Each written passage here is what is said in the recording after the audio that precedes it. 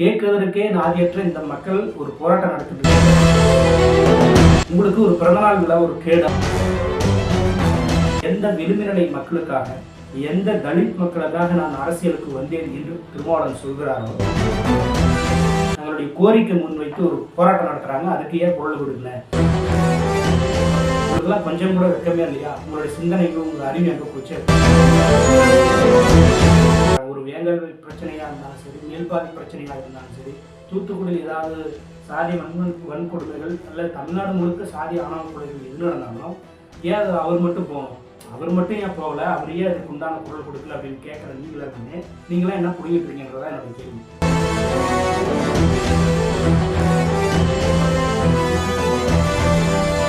பார்வையாளர்கள் அனைவருக்கும் என்னுடைய அன்பார்ந்த வணக்கம். கடந்த ஆகஸ்ட் 16ஆம் தேதி சென்னையில் விடுதலை சிறுத்தைகள் கட்சியினுடைய தலைவர் முனைவர் தொல் திருமாவளவன் அவர்களுடைய பிறந்தநாள் விழா, கவியரங்கம், கலையரங்கம், இசை நிகழ்ச்சிகள், அரசியல் வட்டாரங்களால் மிகவும் பிரபலமானவர்கள் அவருடைய அரசியல் சொற்பொழிவுகள் முதல் கொண்டு வெகு சிறப்பாக ஒரு கருத்தியல் ரீதியாக ஒரு நிகழ்வாக அந்த பிறந்தநாள் கொண்டாடப்பட்டது.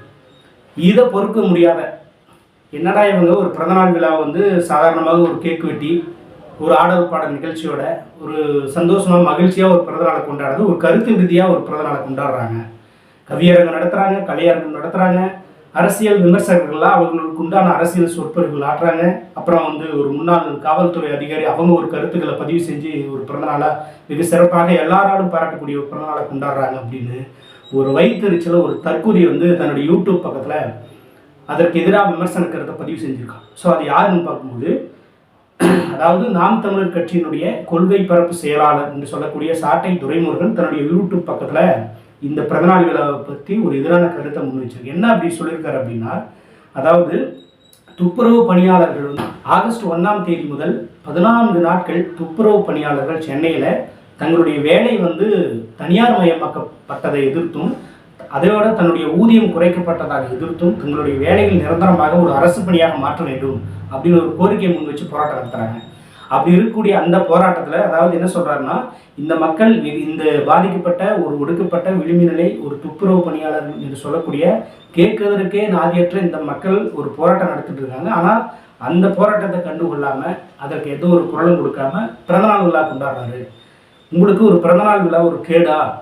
எந்த பட்டியல் சமூக மக்களுக்காக, எந்த விளிம்புநிலை மக்களுக்காக, எந்த தலித் மக்களுக்காக நான் அரசியலுக்கு வந்தேன் என்று திருமாவளவன் சொல்கிறாரோ, எந்த மக்களால் சிதம்பரம் தொகுதியில் தேர்தலில் வெற்றி பெற்று நாடாளுமன்றத்தில் இன்று ஒரு உறுப்பினராக இருக்கிறாரோ அந்த மக்கள் தங்களுடைய கோரிக்கை முன்வைத்து ஒரு போராட்டம் நடத்துகிறாங்க. அதுக்கு ஏன் குரல் கொடுக்கல? அந்த போராட்டத்தை விட உங்களுக்கு பிறந்தநாள் விழா ஒரு கேடா? உங்களுக்குலாம் கொஞ்சம் கூட வெக்கமே இல்லையா? உங்களுடைய சிந்தனைகள் உங்கள் அறிவு எங்கே போச்சு அப்படின்னு பயங்கரமாக ஒரு இன்டெலிஜென்ஸான்ற மாதிரி ஒரு கேள்வியில் சாட்டை துரைமுருகன் கேட்டுருக்கான். உண்மையாலுமே அவன் ஒரு தற்கொலை பயன் தான் நம்ம சொல்லலாம். நீங்களே அந்த விழாவை பார்த்துருப்பீங்க. அந்த விழா எப்படி நடந்தது, பிறந்தநாள் விழான்றதை உங்களாலேயே பார்க்க முடியும். அதாவது அந்த பிறந்தநாள் விழாவே அவர் கேன்சல் பண்ணலாம், வேறு ஒரு நாட்கள் தள்ளி வைக்கலாம் அப்படின்னு தான் அந்த சொல்லியிருக்காரு. அவங்களோட சின்னம்மா உடல்நிலை சரியில்லாமல் ரொம்ப கவலைக்கிடமாக இருக்கிறதுனால அந்த பதிவை அவர் சொல்லியிருந்தார். இருந்தாலும் தொண்டர்கள் அதிகப்படியான தொண்டர்கள் எதிர்பார்த்து இந்த விழாவை கொண்டாடணும்னு இருக்கிறாங்க. விழாவை கொண்டாடணும்னா கேக் வெட்டி நடனமாடி இப்போ நாட்டமிழர் மாதிரி இப்போ சரக்கு அடிச்சுட்டு அந்த மாதிரி ஒரு விழா இல்லை. கவியரங்கம் நடத்துகிறாங்க, கலையரங்கம் ஒரு நடன நிகழ்ச்சி, கிராமிய கலை இசை நிகழ்ச்சிகள், கவிதைகள் மூலியமாக அரசியல் கருத்துக்களை முன்வைக்கிறாங்க. அதே மாதிரி ஊடகவியலாளர்களும் அவங்க ஒரு கருத்துக்கள் முன்வச்சு பொதுமக்களுக்கு ஒரு கருத்தியல் ரீதியான ஒரு சொற்பொழிவாற்றதாக அந்த நிகழ்வு இருந்தது. இப்போ இதை பொறுக்க முடியாத வயிற்றுச்சல் இந்த மாதிரிலாம் யூடியூப்பில் அந்த பதிவு செய்கிறாங்க. இன்னொரு கேள்வி உங்கள்கிட்ட கேட்கணும். அதாவது சாட்டை துரைமுருகன் கேட்குறாரு, இந்த விளிம்புநிலை மக்கள், ஒடுக்கப்பட்ட மக்கள், சாதி ரீதியாக ஒடுக்கப்பட்ட மக்கள், பொருளாதார ரீதியாக பின்தங்கிய மக்கள், இந்த மாதிரி ஒரு வேலை இருக்குது, இந்த துப்புரவு பணியாளர் வேலையில் ப்ராப்ளம் இருக்குது, தனியார் மயமாக்கப்படுறாங்க, அது மாற்றுறதுனால எங்களுடைய சம்பளங்கள் குறையுது அப்படின்னு ஒரு போராட்டம் நடத்துகிறாங்க. இதுக்கு ஏன் தலைமை தாங்கலை, திருமாவளவன் அவர்கள் தலைமை தாங்கலை அப்படின்னு ஒரு கேள்வி கேட்குறான். நான் கேட்குறேன், ஏன் அவர் மட்டும்தான் தலைமை தாங்கணுமா? எங்கெல்லாம் ஒடுக்கப்பட்ட மக்கள் எல்லாமே ஏன் எப்பவுமே கார்னர் பண்ணுறாங்க? ஒரு வேங்கல் பிரச்சனையாக இருந்தாலும் சரி, மேல்பாதி பிரச்சனையாக இருந்தாலும் சரி, தூத்துக்குடியில் ஏதாவது சாதி வன்கொடுமைகள் அல்லது தமிழ்நாடு முழுக்க சாதி ஆணவ கொலைகள் எது நடந்தாலும் ஏன் அவர் மட்டும் போகணும்? அவர் மட்டும் ஏன் போகல? அவரையே அதுக்கு உண்டான குரல் கொடுக்கல அப்படின்னு கேட்குற நீங்களாம் என்ன புரிஞ்சிட்டு இருக்கீங்கன்றதான் என்னுடைய கேள்வி. இப்போ நீங்களும் வந்து அனைத்து சமூக மக்களுக்காக போராடக்கூடிய ஒரு கட்சியாக இருந்தால், ஒரு தலைவர்களாக இருந்தால் எல்லா விஷயத்துக்கும் போராடணும் தானே.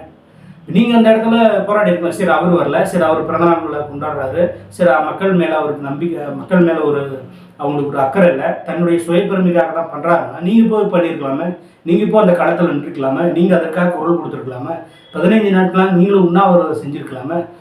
ஏன் நீங்கள் அதை செய்யலை? கேள்விகள் மட்டும். நீங்களும் ஒரு அரசியல் கட்சி சேர்ந்தவர், ஒரு கொள்கை பரப்பு செயலாளர், மேடையை ஒரு ஸ்டேஜ் போட்டு அந்த ஸ்டேஜில் மைக் கொடுத்து எது எழுதி வச்சு அந்த கீழே இருக்கிற அந்த பாமர மக்களை ஏமாத்துறதா உங்கள் வேலையா? ஒரு பொது வெளியில் களத்தில் இறங்கி போய் மக்களுக்காக என்னைக்கு நீங்கள் போராடிருக்கீங்க? அது கேட்கறதுக்கு உங்களுக்கு என்ன தகுதி இருக்குன்றதான் என்னுடைய கேள்வி. என்னைக்கு ஒரு விளிம்புநிலை மக்கள் அதாவது அவங்களுக்கு ஏதாவது ஒரு பிரச்சனை அப்படின்னா அது எதிர்த்து கேட்கக்கூட முடியாத ஒரு ஊமை ஜனங்களுடைய பிரச்சனைகளுக்கு என்னைக்கு நீங்கள் களத்தில் குரல் கொடுத்துருக்கீங்க? தமிழ் தேசியம் பேசுகிறீங்க. தமிழ் தேசியம்னா தமிழ் இருக்கக்கூடிய எண்ணற்ற மக்களுக்கு, எல்லா மக்களுக்கும் ஒரு ப்ராப்ளம் நடக்குது, ஒரு பிரச்சனை நடக்குதுன்னா இப்போ களத்தில் குரல் கொடுக்கணும்ல. அது கொடுக்கறது கிடையாது. ஒரு மேடையில் ஏறி யாரும் படிக்காதுங்க. உங்கள் தலைவர் ஒரு மேடையில் சொல்லியிருக்காரு, ரொம்ப நாள் எனக்கு அது போகும். ஒரு மேடையில் என்னன்றாருன்னா, எல்லாருமே மருத்துவர்கள் ஆகிட்டாங்கன்னா அப்போ யார் ஊசி போடுறது அப்படின்னு ஒரு மாதிரியாக தற்கூரித்தனமாக ஒரு கருத்துக்களை பதிவு செய்கிறார். அந்த மேடைக்கு கீழே உட்காந்து பார்க்குறவங்களாம் யார்? ஒரு பாமர மக்கள் இப்போ தான் படித்து முன்னேறணும், ஏதோ தன்னுடைய பொருளாதாரம் உயரணும், தன்னுடைய குடும்பத்தில் கல்விகள் சிறந்த மக்கள்லாம் உருவாகி நாளைக்கு 4 பேர் மதிக்கிற மாதிரி அவங்களுக்கு வளரணும்னு எண்ணத்தில் நம்மளுக்கு ஒரு எதிர்காலம் பிறக்காதா அப்படின்னு சொல்லி அந்த இடத்துல வந்து உட்காந்துட்டு தன்னுடைய சொற்பொழிவுகளை கேட்குறாங்க. அந்த மக்கள் கேட்டால் நீங்கள் எல்லாரும் மருத்துவராயிட்டா அப்போ யார் ஊசி போடுறதுன்னு கேட்டால், அப்போ அந்த கீழே இருக்கக்கூடிய அந்த பாமர மக்களை வந்து நீங்கள் படிக்கவே கூடாதுன்னு சொல்கிறீங்களா, இல்லை நீங்கள் டாக்டரே ஆகக்கூடாது, தன்னுடைய ஆங்கிலத்தில் கல்வி பயின்று ஒரு பெரிய தனியார் பள்ளியில் பயின்று அவர் வந்து ஒரு மருத்துவர் ஆகலாம். அதே மாதிரி கட்சியில் இருக்கக்கூடிய அந்த திறன் நிதியை வாங்கி பிழைப்பு நடத்தக்கூடிய அவர்கள்லாம் வந்து மருத்துவர்கள் படித்து வேலைக்கு போகலாம். ஆனால் தங்களுடைய கட்சிக்காக வந்து சொற்பொழிவு கேட்க வர அந்த பாமர மக்கள் வந்து வேலைக்கு போகக்கூடாது, ஆடு மாடு மேய்க்கணும், ஆடு மாடு வச்சு அதை வந்து ஒரு அரசு தொழிலாக மாற்றுங்க அப்படின்னா அந்த கீழே உட்காந்து கேட்குற ஒரு சின்ன ஒரு பள்ளி பருவ மாணவனுக்கு என்ன ஒரு மனதில் தோணும், நம்ம படித்து மருத்துவர் படித்தாலும் நம்ம போக முடியாது போல, நம்ம படித்தா மட்டும் நம்மளுக்கு என்ன வேலை வாய்ப்பு கிடைச்சிடுதா, ஸோ இவர் சொல்கிற மாதிரி நம்ம ஆடு மாடியை மேய்ச்சிட்டு போயிடலாம் அப்படின்னு அவன் படிப்பை இருந்து பின்வாங்கி வர ஆரம்பிப்பான். அவன் படித்தாதானே நாளைக்கு எதிர்த்து ஒரு கேள்விகள் கேட்பான். இப்போ அரசியல் வட்டாரத்தில் ஏதோ ஒரு ப்ராப்ளம் நடக்குதுன்னா அவன் ஏதோ கல்வி பயின்றால் மட்டும்தான் அந்த கேள்வி அவன் கேட்பான், எதிர்த்து பேசுவான், அதுக்கு உண்டான தீர்வு 4 பேர் பிரச்சனை தான் அவங்களுக்கு குரல் கொடுப்பான். நீங்கள் அந்த இடத்துல படிக்கவே கூடாது, இந்த மாதிரி எல்லாரும் மருத்துவராகிட்டா மற்ற யார் ஊசி போடுறது அப்படின்னு அவன் எப்படி படிப்பான்? ஆடு மாடு மேய்க்கிறதெல்லாம் அரசு தொழில் ஆகிடுவேன், அதுதான் அவங்க பொருளாதார ரீதியாக உயர முடியும் அப்படின்னு சொன்னால் அவன் எப்படி படிப்பான்? அப்போ அவனை வந்து பிற்போக்குத்தனமாக பின்னோக்கி இழுக்கிறது தானே. அந்த காலத்தில் குலத்தொழில் செய்துன்ற மாதிரி. இப்போ இந்த துப்புரவு பணியாளர்கள் பிரச்சனைன்னு கூட பாருங்கள்.